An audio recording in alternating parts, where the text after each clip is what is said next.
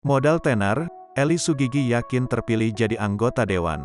Setelah ramai kabar perceraiannya dengan sang suami, nama Eli Sugigi masih menghiasi pemberitaan setelah mengaku siap untuk mencalonkan diri sebagai calon anggota dewan alias calon legislatif atau caleg dari PAN.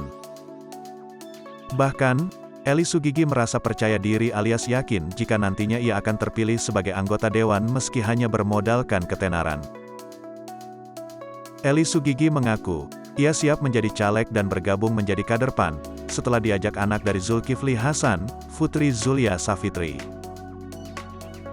Akhirnya aku ditawarin buat jadi caleg nanti 2024. Rencananya aku di Dapil Lampung, kata Eli Sugigi. Wanita berusia 51 tahun tersebut merasa sudah siap jadi anggota DPR.